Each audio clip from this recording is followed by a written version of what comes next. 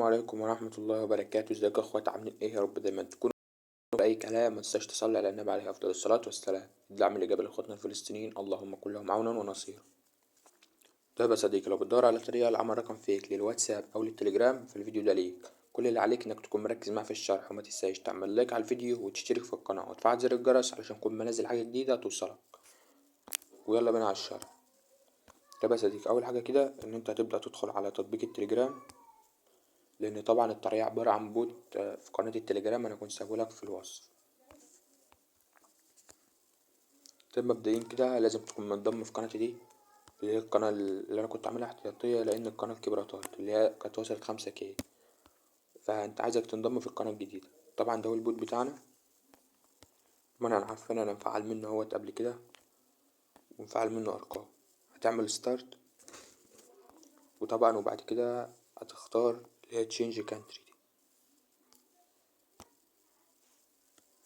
بعد كده طبعا انت عندك دولتين، مصر ونيبال. طبعا ساعات بتزيد وبتبقى دول روسيا ودول كتيرة، وساعات بتقل اللي بتبقى مصر، وساعات نيبال، يعني على حسب تطورات البوت. هتبدأ كده انك مثلا تضغط على نيبال. طبعا هيظهر معاك الرقم، هتاخده نسخ، وهترجع كده مثلا هتدخل على اي نسخة واتساب فاضية، وبعدها نطلب كود على النمبر اللي هو النيبال ده. طبعا مفيش طريقة بنسبة 100% من أول مرة شغال. انت مثلا ممكن مرة تجرب 2 و3 و4 و10 عشان الرقم يشتغل، انما مفيش طريقة من أول مرة هتشتغل معاه. طبعا احنا هنجرب الرقم دوت ونشوف هيجيب لنا ايه. طبعا الأرقام دي بتجيب بعد ساعة، فأنا أنصحك يعني إنك تجرب دولة مصر. وبرضو مصر مش من أول محاولة هتنفع معاك، لازم تجرب مرة و2 و3. هنرجع كده. طبعا هتعمل اللي هو تشينج كانتري دي، بعدها تختار دولة مصر. بعدها طبعا هتختار أي الرقم اللي ظهر لك.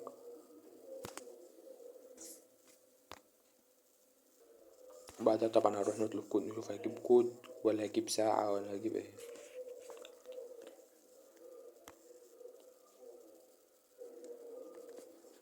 طب ياريت بقى متنساش تشترك علشان قربنا نوصل 4000 أخ وأخت.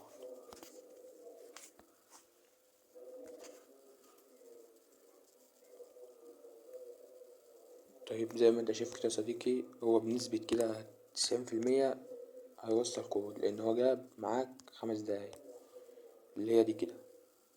فاحنا هنخش طبعا على البوت.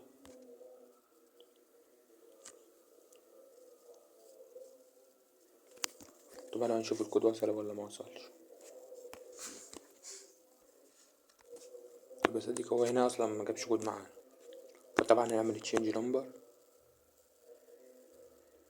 وهنجرب نمبر غيره. طب يا صديقي، انت بتلاقي البوت واصل لك في البوت، الكود واصل لك في البوت اصلا، لا بتعمل تحديث ولا طلب الكود ولا اي حاجه. هو اول البوت ما بي... اول الكود ما بيوصل بتلاقي جايلك على نظام رساله كده في البوت.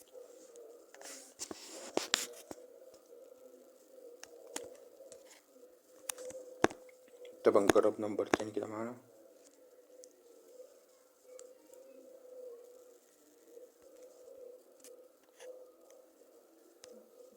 طب يا صديقي، هو هنا جاب نص ساعه. طب نشوف الكود وصل ولا ما وصلش.